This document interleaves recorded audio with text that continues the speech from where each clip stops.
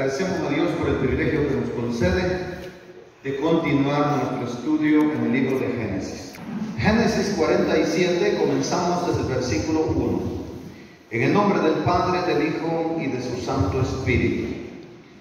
Vino José y lo hizo saber a Faraón y dijo: mi padre y mis hermanos y sus ovejas y sus vacas con todo lo que tienen han venido de la tierra de Canaán y aquí están en la tierra de Gosén. Y de los postreros de sus hermanos tomó 5 varones y los presentó delante de Faraón. Y Faraón dijo a sus hermanos: ¿cuál es vuestro oficio? Y ellos respondieron a Faraón: pastores de ovejas son tus siervos, así nosotros como nuestros padres. ¿Se recuerdan en el último capítulo que estudiamos? Era el 46, ¿no? Lógicamente, ¿verdad? En este vimos cómo Jacob y toda su familia llegaron a Egipto. En su llegada envió a Judá a avisarle a José que él estaba ya en tierra de Egipto, y José unció su carro y fue a recibir a Jacob. Todos ellos fueron llevados a una tierra específica. Los llevó a la tierra de Gosén. Esta fue una estrategia de José porque era en realidad la tierra más fértil de Egipto. En ese momento estaban pasando un periodo de hambre en toda la tierra. Los propietarios de la tierra de Gosén, aunque era la más fértil, no estaban interesados en la tierra. No tenía mucho valor para ellos porque no tenían expectativa de vida. El periodo de hambre se hacía más severo en sus efectos a medida que se iban acercando a su final, es decir, estaban pasando apenas 2 años de hambre, faltaban 5 años. ¿Quién tenía expectativas de vida?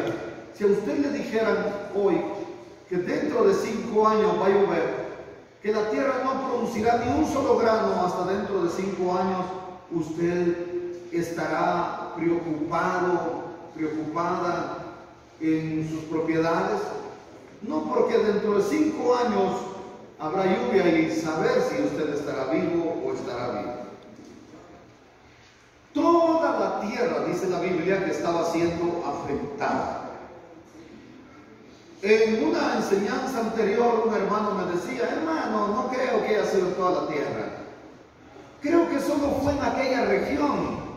¿Y por qué voy yo a empeñarme en contradecir las Sagradas Escrituras? ¿Por qué? La Biblia dice que en toda la tierra estaba en hambre. Entonces, ¿por qué solo se mencionan las regiones de Canaán y Egipto en este relato de la Biblia? Para especificar dónde estaba afectando severamente el hambre. Sencillamente porque estas son las zonas específicas, las zonas geográficas específicas donde se desarrolla este relato de la Biblia, para hablar acerca de la forma en que fue salvaguardada la vida humana. Así que Jacob y su familia llegan a Egipto para la sobrevivencia. ¿A dónde específicamente? Lo leímos. José dice precisamente cuando se presenta ante Faraón: he aquí mis padres, mis hermanos, sus ganados están en la tierra de Gosén. Una vez estuviesen ubicados en aquella tierra, José buscaría la forma de obtener el permiso de Faraón para que ocuparan la tierra de Gosén, por así decirle, permanentemente. ¿Por qué se interesaban en la tierra de Gosén? Primero, que Faraón le había dicho a José: manda carros para que descienda tu familia. y ubícalos en lo mejor de la tierra de Egipto. Todo Egipto está a tu disposición. José, por su parte, sabía que la tierra de Gosén era la mejor. ¿Por qué era la mejor? Por su fertilidad. Porque además era tierra de pastos, era tierra de ganados, era tierra amplia, un lugar especial para crear ganado. Aparte de eso, era una región apartada de los egipcios. ¿Por qué estaba apartada? Cuando habla la Biblia de que estaba apartada, significa también que esta tierra no era habitada por personas que fueran, como quien dice, famosas o bien vistas en Egipto. Esta estrategia de José era con el fin de que ellos pudieran criar su ganado sin problemas. Pero aparte de eso, al estar apartada, aquella familia de 70 personas que estaba llegando a Egipto se convertiría fácilmente en una gran nación, como lo era la promesa que Dios les había dado. Habiendo hecho un resumen de lo que vamos a estudiar ahora, podemos ver por trozos todo este capítulo, agarrando 2 o 3 versículos y ya sin necesidad de hacer grandes especificaciones o profundizar, debido a que sabemos cuál es el fondo del asunto que vamos a estudiar. ¿Está bien? Vino José y hizo saber a Faraón y dijo: mi padre y mis hermanos y sus ovejas, su ganado y todo lo que posee han venido de la tierra de Canaán y están en Gosén. Aparte de eso, dice que de los postreros de sus hermanos tomó 5 varones. ¿Cuáles son los postreros? Los últimos. Es decir, 11 hermanos tenía José, eran 12 con él. Si tomó 5, entonces está hablando del número 6 en adelante, sin tomar en cuenta a José. Y estos 5 los presentó delante de Faraón. Y él los había instruido y dijo a sus hermanos: ¿cuál es vuestro oficio? Y ellos respondieron a Faraón: pastores de ovejas son tus siervos, así como nuestros padres. En primer lugar, recuerde usted en estos versos que leímos por segunda vez,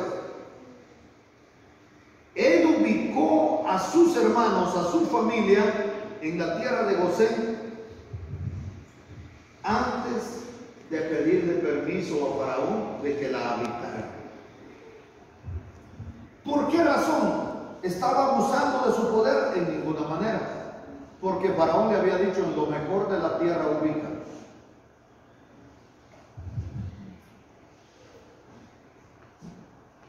¿Qué es lo que pensamos de José al leer esto en la Biblia? ¿Pensamos que era un oportunista? En ninguna manera. ¿Pensamos que era ambicioso para su familia? Tampoco. Es comprensible esta estrategia, ya que encontrándose en esa tierra, Faraón se inclinaría fácilmente a dárselas, porque ya estaban en ese lugar, ya habían desembalado sus enseres personales, todo su equipaje, sus ganados, ya estaban ahí. Aparte que era una zona ganadera, y en esos días los pastores y los ganaderos no tenían buenas relaciones. Los egipcios no se ocupaban ni se preocupaban por el pastoreo. Era lo que menos les preocupaba, era lo que menos les interesaba. Y esta situación les dio la oportunidad a los hijos de Israel a que se ocupasen de las actividades que los egipcios no querían. ¿Cuáles? Ser pastores de ovejas y de todo tipo de ganado. Es más, a los egipcios les parecía abominación relacionarse con los ganaderos. Pero de los israelitas, es decir, de los hebreos, era la profesión o el oficio favorito. Vamos al verso 4. Dijeron a Faraón además: para morar en esta tierra hemos venido, porque no hay pasto para nuestras ovejas en Canaán, pues el hambre es grave. Por tanto te rogamos ahora que permitas que habitemos en la tierra de Gosén. Faraón habló por su parte a José y le dijo: tu padre y tus hermanos han venido a ti. La tierra de Egipto está delante de ti. Una vez más, oiga la promesa. En lo mejor de la tierra haz habitar a tu padre y a tus hermanos. ¿Cuál? Habiten en la tierra de Gosén. Y oigan, esto es bonito. Y si entiendes que hay entre ellos hombres capaces, ponlos por mayorales del ganado mío. ¿Se da cuenta? El pastoreo no era popular entonces entre los egipcios, no era favorito, no había gente especializada en ganados porque no les interesaba. Es que él está diciendo claramente: si ves que dentro de tu familia hay personas capaces, quiero que sepan ustedes que para ocupar puestos importantes dentro de la sociedad y aún dentro de la iglesia, se necesita capacidad. Hermana y hermano, es necesario capacitarse en todos los ámbitos de la vida. No sea usted conformista y diga usted: no, hombre, si yo solo siembro frijol, solo siembro maíz. Es necesario que sea capaz de sembrar maíz y frijol. Yo quiero traer a colación o retrotraer las etapas de mi niñez. ¿Por qué la mayoría de personas aquí en Potrero Grande, la mayoría eran campesinos, y los mismos campesinos tenían que ir a comprar maíz y frijol para terminar el año? ¿Por qué no sacaban ni siquiera el sustento para su familia? Porque no eran capaces de trabajar bien. No podían trabajar. Hoy cualquier persona siembra una manzana, aparta lo de la subsistencia de su familia y guarda un granero más ahí lleno de maíz y vende 20 y 30 quintales, porque ya la gente se ha capacitado para trabajar. Hoy muy difícil usted agarra una comida, sierva una manzana de milpa, lo hace con líquidos. En aquel entonces no sabían fumigar las personas. Grande la milpa y la terminaban dorando. Entonces es necesario, hermana y hermano, capacitarse. En la palabra de Dios también nos manda la Biblia a capacitarnos, a estudiar su palabra, a escudriñar.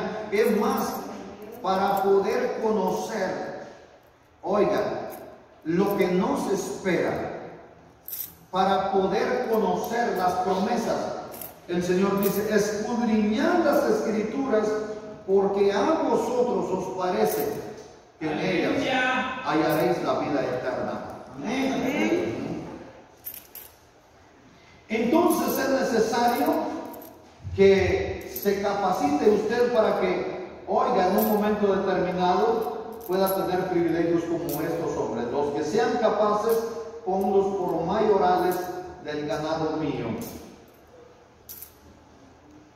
Después de esto llega la ocasión en que José va a presentar a su padre ante Faraón.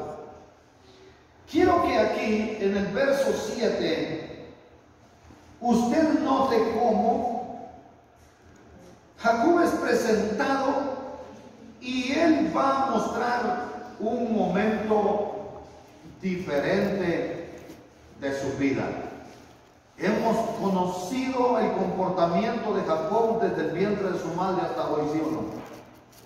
En nuestro estudio, si no se le ha quedado nada a usted, es porque necesita campolón, necesita memoravit, necesita tomar, si quiere tomar algo efectivo, necesita tomar Kenyan. Kenyan se llama, Kenyan Evolution de OmniLife. Ese le va a despertar las neuronas que están dormidas y va a adquirir usted capacidad retentiva. Y si quiere estar mucho mejor, tiene que agregarle Guanzamix y usted va a estar sana de todo su organismo. Es lo que toma Bani, es lo que tomo yo, es lo que tomamos todos en nuestra casa, todos los días. Entonces, en el verso 7, también José introdujo a Jacob su padre y lo presentó delante de Faraón, y Jacob bendijo a Faraón. Vean esta imagen positiva que vemos aquí de él. Se puede decir que es la más positiva desde un punto de vista espiritual. En primer lugar, quiero que noten, Jacob bendijo a Faraón. Se puede decir que él está viviendo en coherencia con el nuevo nombre que ha recibido. Aquí se le llama Israel, porque es el nombre que le fue dado por el ángel en Peniel. Este nombre, que significa príncipe, el que lucha, el que vence, un vencedor, un príncipe de Dios. Entonces, él bendice a Faraón. Es el menor, el que siempre era bendecido por el mayor. Oiga, el menor era bendecido por el mayor, pero aquí Jacob bendice a Faraón. O sea que desde el punto de vista teológico, desde el punto de vista espiritual, Jacob era superior a Faraón, aunque él era el soberano de Egipto. ¿Por qué está haciéndolo así? Lo está bendiciendo porque él está actuando como un testigo del Dios viviente, que reveló a Faraón lo que sucedería, y que gracias a esto José es ahora padre de la casa de Faraón, es consejero de Faraón y es gobernador de todo Egipto. Por José, el hijo del príncipe de Dios, que es Israel, ahora se está preservando la vida de mucha gente, especialmente de los egipcios. Entonces, Jacob bendijo a Faraón como testimonio de la grandeza de su Dios. Secularmente no tenía que haber sido así. Ahora vemos qué es lo que responde Faraón en el verso 8. Y dijo Faraón a Jacob: ¿cuántos son los días de los años de tu vida? Ahora es el momento en que él pueda presentarse como un hombre grande de la tierra de Canaán, ¿sí o no? Es el momento en que cualquiera de ustedes hubiese hecho jactancia de lo que había logrado y se hubiese postulado delante de Faraón como un hombre importante, para no sentirse tan pequeño delante del soberano de Egipto.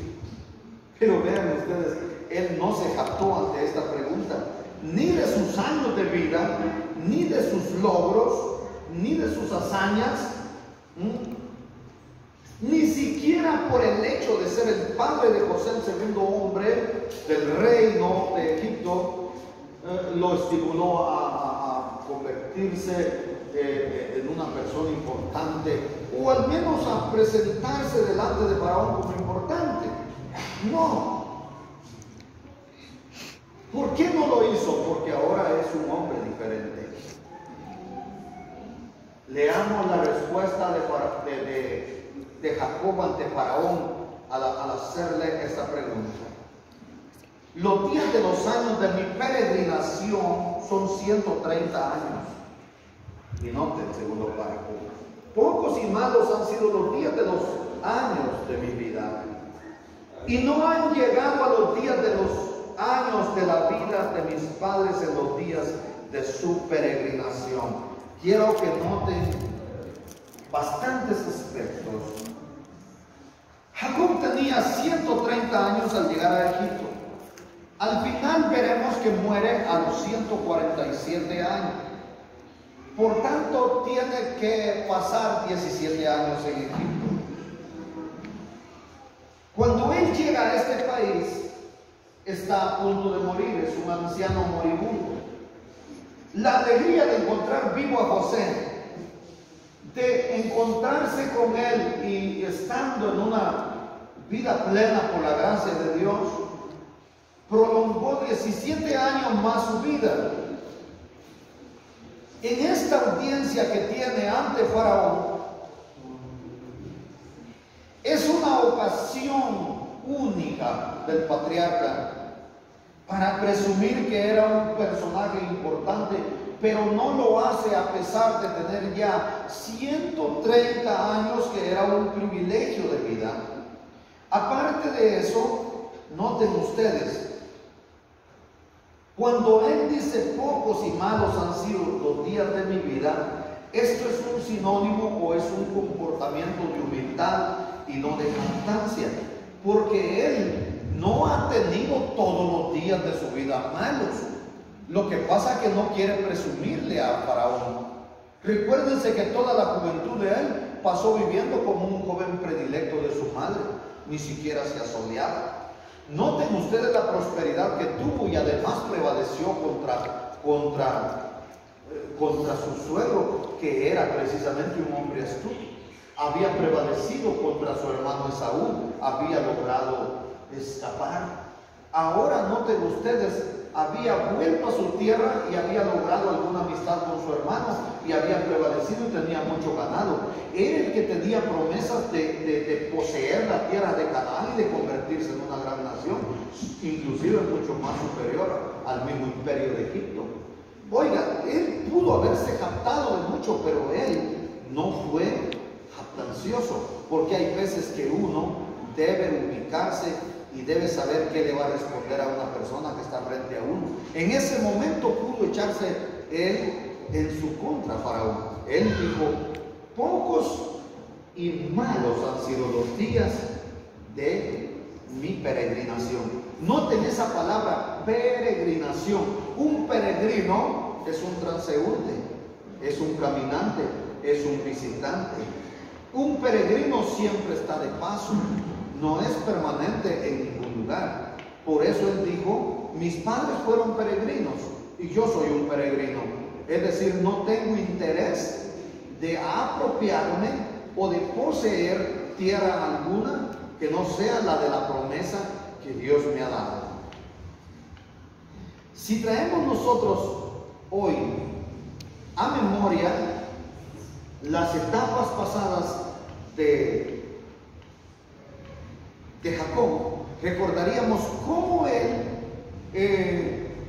engañó a su anciano padre Isaac, vistiendo ropa de Esaú, forrando los brazos del cuero de la cabra de la que habían guisado, poniéndose los olores, los perfumes de Esaú para hacerse pasar, usurpando a su hermano para obtener la bendición, porque tenía ambición. Pero miren ahora qué contraste. Él está reconociendo ante el soberano de Egipto que ni siquiera él ha logrado estar a la altura de sus padres, es decir, de Abraham y de Isaac. Esto es, hermana y hermano, figura. Esto es comportamiento de un hombre que ha sido transformado y que está reconociendo la soberanía de Dios, la gracia de Dios. El mérito se lo está dando todo a Dios. Se puede decir que Jacob ahora se presenta delante de la humanidad y así se considera solamente un pecador que ha sido salvado por gracia de Dios. Con esa actitud de humildad dijo al faraón lo imprescindible, lo necesario, lo que no podía dejar pasar de decir. Que le bendijo y se retiró. ¿Cómo lo sabemos? El verso 10 nos dice, y Jacob bendijo a Faraón y salió de la presencia de Faraón. Cuando nosotros estemos frente a un personaje importante en la sociedad, lo que tenemos que hacer es cumplir con nuestro deber y no buscar nada más. ¿Se dan cuenta? Vamos al verso 11. Así José hizo habitar a su padre y a sus hermanos y les dio posesión en la tierra de Egipto, en lo mejor de la tierra, en la tierra de Ramsés, como mandó Faraón. Y alimentaba José a su padre y a sus hermanos y a toda la casa de su padre con pan según el número de los hijos. No había pan. ¿En cuál? ¿En aquella región? No, en toda la tierra, hermana y hermano. Y el hambre era muy grave, por lo que desfalleció de hambre la tierra de Egipto y la tierra de Canaán. Aquí hay algo que es necesario puntualizar. La tierra de Gosén, en estos versos que leímos, específicamente en el 11, es llamada la tierra de Ramsés. Esta es una referencia a la tierra de Gosén. Y quiero que aclaremos nuevamente el verso 13, que continúa mencionando a Canaán y a Egipto solo porque es el ámbito geográfico de esta historia en cuanto a Jacob, su descendencia, a Faraón y a José. Si el verso 3 está diciendo que el hambre era grave en toda la tierra y especifica precisamente la región de Canaán y Egipto, se puede decir que si Jacob y su familia hubieran permanecido en Canaán, habrían muerto. No había pan en toda la tierra. Dice, además, desfalleció de hambre la tierra de Egipto y la tierra de Canaán. El grano había sido almacenado en Egipto por José y había en abundancia, porque dentro de los 7 años de abundancia se quintó a todos los productores. Sin embargo, la tierra no estaba produciendo ni un solo grano, por lo tanto había carestía de grano.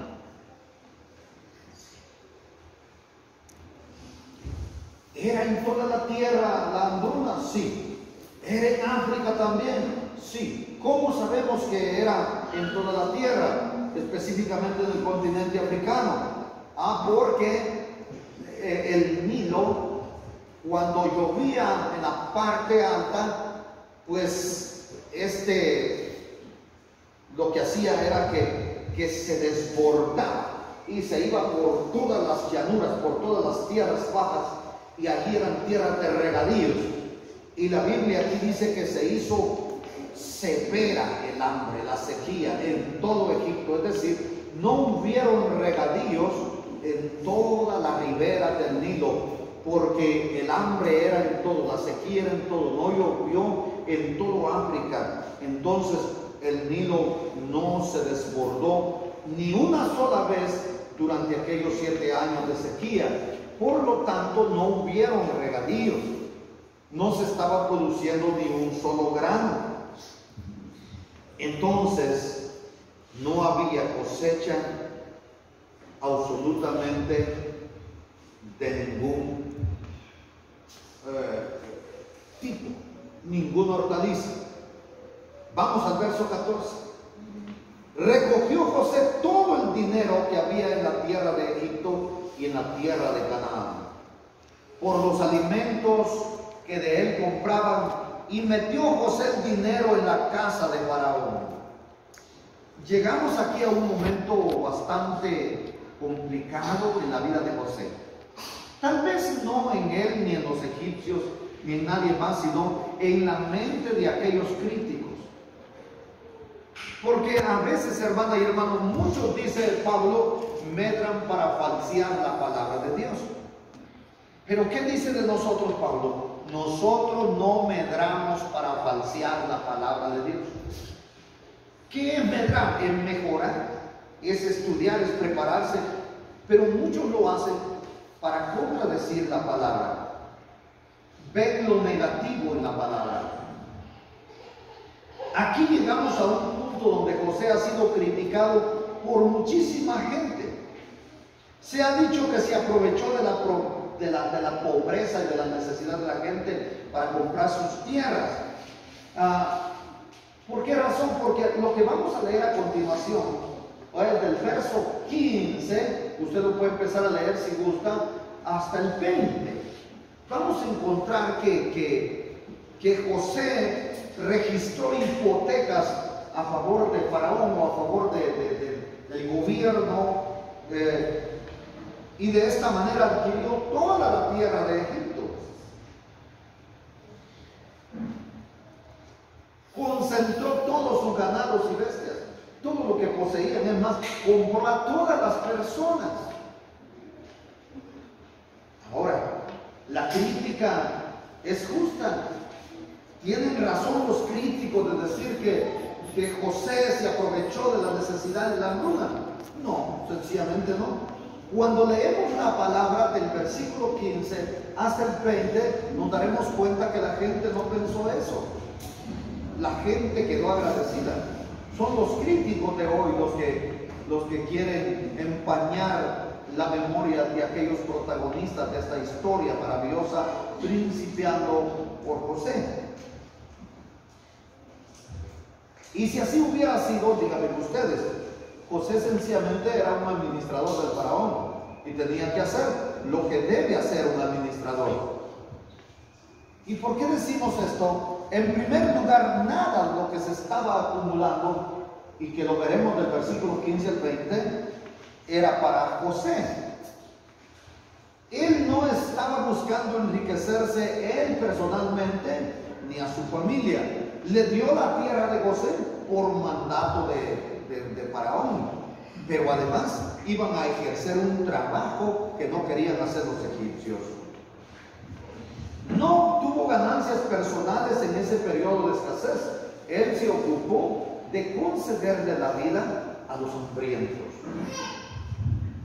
Se puede decir en resumen entonces que él solo fue un honesto y hábil administrador de Faraón, que claro, comprará la tierra de todos los egipcios, y esto le permitirá a la gente vivir abasteciéndose por el trigo que recibirá a cambio de sus ganados y de sus tierras. En términos modernos, lo que podríamos decir es que José sencillamente se mantuvo dentro de los límites de la ley de la oferta y de la demanda. Leamos del verso 15 al 20, porque ya lo expliqué, ¿verdad? Sí, ya no tengo que explicar más. Acabando el dinero de la tierra de Egipto y de la tierra de Canaán, vino todo Egipto a José diciendo: danos pan, ¿por qué moriremos delante de ti por haberse acabado nuestro dinero? José dijo: dad vuestros ganados y yo os daré por vuestros ganados si se ha acabado vuestro dinero. Ellos trajeron sus ganados a José. José les dio alimentos. ¿A cambio de qué? De caballos, de vacas, de asnos. Por todos sus ganados les dio alimento aquel año. Acabado aquel año, vinieron en el segundo año y dijeron: no encubrimos a nuestro Señor que el dinero ciertamente se ha acabado. También el ganado ya es de vuestro Señor. Nada ha quedado delante de nuestro Señor, sino nuestros cuerpos y nuestra tierra. Noten, cuando a ellos se les acabó el dinero, José les propuso que dieran sus ganados. Esta vez ellos no llegaron a preguntarle qué podían hacer. Ellos mismos ofrecieron sus tierras. Esto no se los pidió José. Ellos dijeron: tenemos nuestros cuerpos y nuestras tierras. Es decir, podemos vendernos nosotros y vender nuestras tierras. José no se los pidió. Sin embargo, la gente lo acusa de haber despojado de sus tierras a los egipcios. Pero noten ustedes que no se los pidió José. Ellos dijeron: ¿por qué moriremos delante de tus ojos? Así nosotros como nuestra tierra. Miren lo que ellos dicen en el verso 19: cómpranos a nosotros y a nuestra tierra por pan, y seremos nosotros y nuestra tierra siervos de Faraón, y danos semilla para que vivamos y no muramos, y no sea asolada la tierra. Esto fue la petición que ellos hicieron. ¿Y José qué hizo? Sencillamente oír su petición. Entonces compró José toda la tierra de Egipto para Faraón, pues los egipcios vendieron cada uno sus tierras porque se agravó el hambre sobre ellos y la tierra vino a ser de Faraón. No queda duda que ese periodo de hambre y escasez fue severamente grave. En extremo llegó a ser grave. Notémoslo en el verso 21. Y al pueblo lo hizo pasar a las ciudades desde un extremo al otro del territorio de Egipto. ¿Qué está diciendo aquí? Por la gravedad del hambre, ni siquiera habitaron en sus aldeas, sino que él ordenó una gran emigración hacia las zonas urbanas, como quien dice, en campos de concentración, para que la gente estuviera cerca de los centros de suministro donde se guardaron los alimentos. Recuérdense, cuando él quitó a todo Egipto, dice que en las ciudades él estableció graneros o lugares de conservación de toda la abundancia de aquellos años. Así que ahí estaba almacenado el grano y él concentró, urbanizó a toda la gente que estaba desconcentrada. Vamos al verso 22. Solamente la tierra de los sacerdotes no compró José, por cuanto los sacerdotes tenían porción de Faraón y ellos comían de la ración que Faraón les daba. Por eso no vendieron sus tierras. Ahí no hay nada que explicar. Estos comían ahí, como quien dice, ¿verdad? No tenían necesidad de comprar grano. Vamos al verso 23. Y dijo José al pueblo: he aquí os he comprado hoy a vosotros y a vuestra tierra para Faraón. Ved aquí la semilla y sembraréis la tierra. De los frutos daréis el quinto a Faraón, y las 4 partes serán vuestras para sembrar vuestras tierras y para vuestro mantenimiento, y de los que están en vuestras casas y para que coman vuestros niños. Y ellos respondieron, oigan, enojados le respondieron a José. ¿Sabe qué le dijeron? Nos despojaste de nuestras tierras, nos dejaste pobres, nos hiciste miserables, nos dejaste sin nada. Todo eso es lo que le acusan a José los críticos de hoy, que así dejó a los egipcios. Dígame usted si así dijeron. No, hermana y hermano, mire lo que dijeron ellos: la vida nos has dado. Eso fue lo que dijeron. Con José estaban agradecidos. Hay gente que tiene la boca grande para criticar a los siervos de Dios sin sentido, sin que nadie se los esté pidiendo. Más es lo que están trayendo condenación para sí. Mire lo que dijo el pueblo: la vida nos has dado. Gracias porque nos diste la vida. Hallemos gracia en ojos de vuestro Señor y seamos siervos de Faraón. Felices estaban, hermana y hermano. ¿Cómo le van a estar felices? Si José no hubiera hecho eso, ellos hubieran muerto. ¿Y sabe qué muerte hubieran tenido? Se hubieran secado como sapos. ¿Sí? Hermana y hermano, hubieran tenido una muerte horrible, espantosa. Hubieran sido exterminados, hermana y hermano. Y ellos dijeron, la vida nos has dado. Gracias, Josecito, que nos salvaste. Hallemos gracia ahora ante los ojos de nuestro Señor y seamos siervos de Faraón. Entonces José lo puso por ley hasta hoy sobre la tierra de Egipto. Hasta hoy, hasta el momento en que se estaba escribiendo la Biblia, ¿verdad?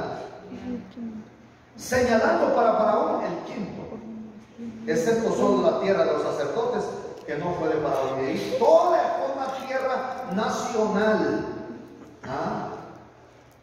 Como José sabía que el periodo de hambre estaba ya llegando a su final y que terminaría en el año siguiente, entonces les dijo, aquí tienen, porque noten ustedes en el verso 13, aquí tienen para que coman, aquí tienen para que siembren la tierra.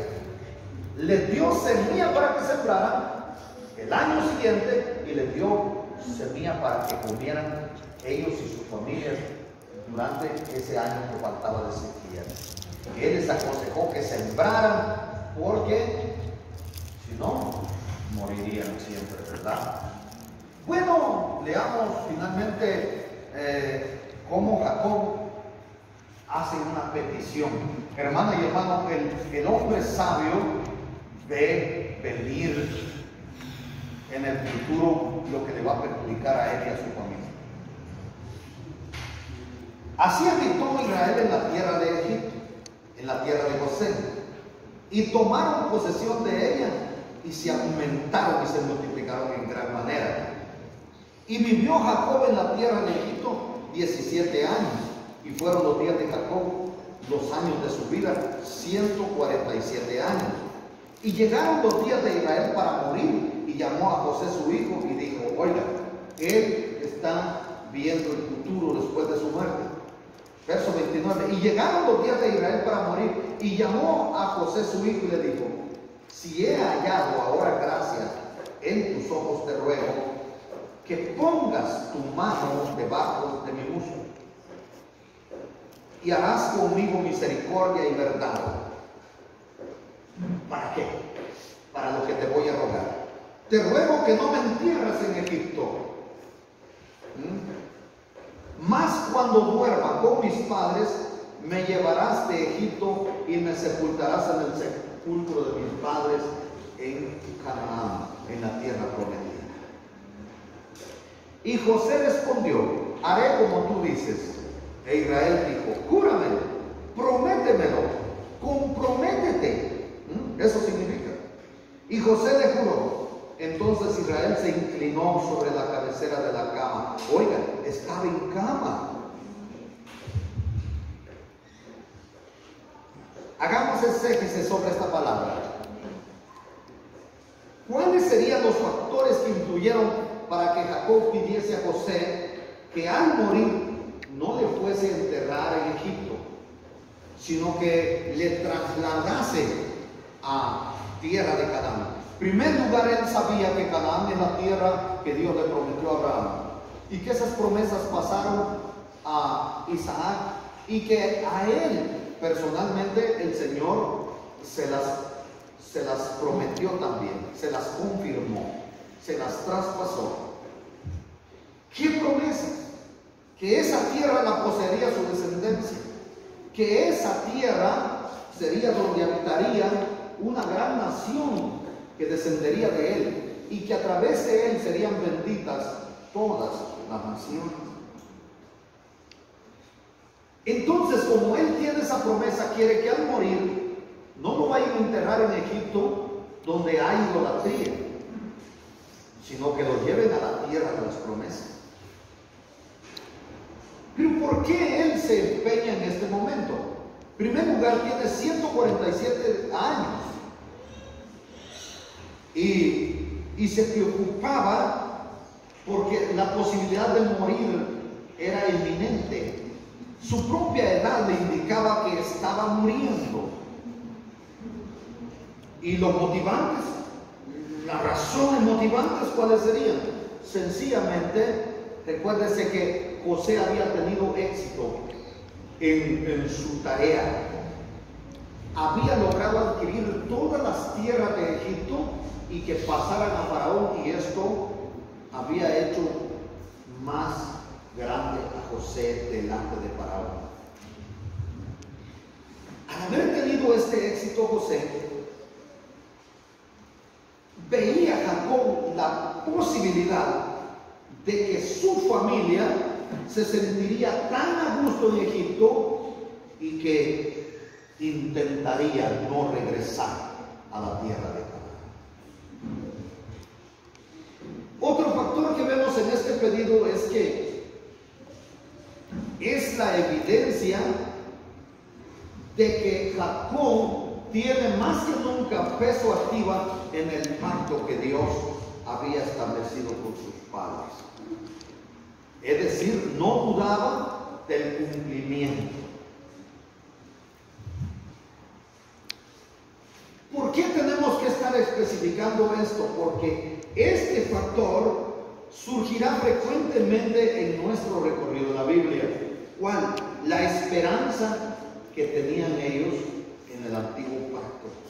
La esperanza que albergaba en los protagonistas de la historia bíblica en cuanto a las promesas. Esa esperanza en el Antiguo Testamento era una esperanza netamente terrenal.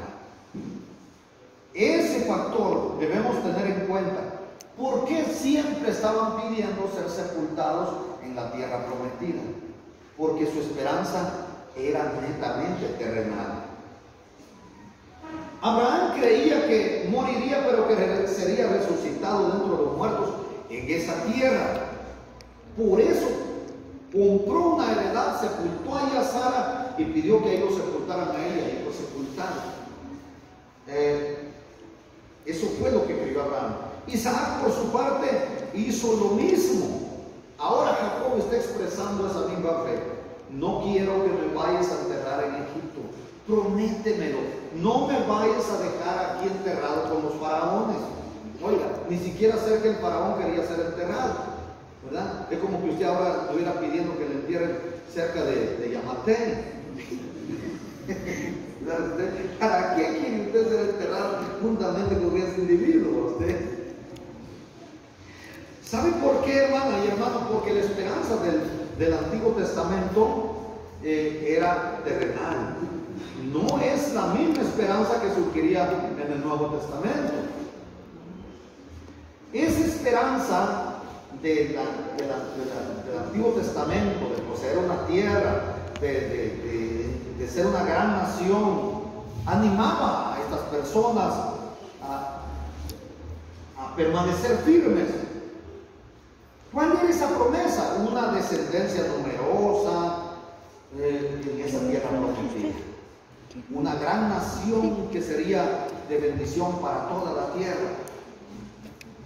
Pero dentro de esa promesa, oigan, había otra. Una promesa grande dentro de unas grandes promesas. ¿Cuál? Es la venida del Mesías. De acuerdo a las expectativas del pueblo, el Mesías prometido liberaría a Israel y establecería un reino sobre la nación. Por eso Jacob no quería ser sepultado en Egipto. Por favor, no me vayas a dejar aquí en Egipto sepultado. Si no hubiera tenido esa fe o esa esperanza, ¿para qué le importaba a él que lo sepultaran en la tierra de Canaán?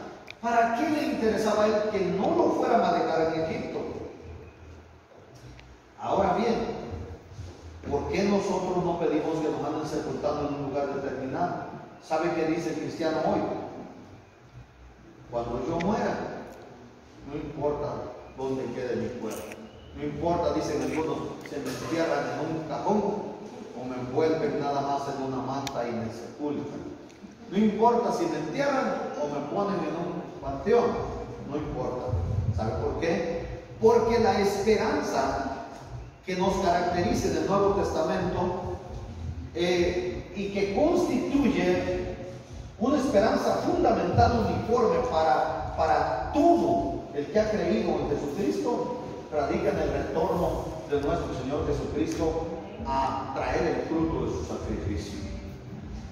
La promesa es que reunirá a todos los creyentes en un lugar llamado la Nueva Jerusalén, la ciudad celestial. Ahí todos, vivos y muertos, que hayamos recibido al Señor y que perduremos en la fe hasta el final, nos juntaremos. Así dice la Biblia. Dice que ese día la iglesia, formada por todos los creyentes, redimidos por la sangre de Cristo, los que vivan en ese momento serán arrebatados y transformados, y los que hayamos muerto, o quién sabe si estaré vivo, porque puede ser que sea ya luego, juntamente seremos, oigan, resucitados. Es más, dice, los muertos en Cristo resucitarán primero y luego los que estemos con vida seremos arrebatados juntamente con ellos. Oigan, para recibir al Señor en el aire, para ser llevados a nuestra morada. Y dice que esa morada será permanente y será eterna. Ya no habrá más muerte, no habrá más llanto, no habrá más dolor, no habrá tristeza. Eso es, hermana y hermano, lo que nos mantiene a los creyentes, y por eso no nos preocupa si nos sepultan o no nos sepultan. Ni siquiera importa, ¿verdad?, lo de sus huesitos, porque nosotros no tenemos una esperanza terrenal, sino una esperanza celestial. Y quiero concluir aquí, en 2 de Pedro capítulo 3, versículo 3, porque aquí es la esperanza de nosotros. Pero nosotros esperamos, según sus promesas, cielo nuevo y tierra nueva, donde habrán pleito, guerras, contiendas, dolor, amargura, llanto. Así dice. Como dice, cielo nuevo y tierra nueva, en los cuales mora la justicia. Denle la gloria al Señor.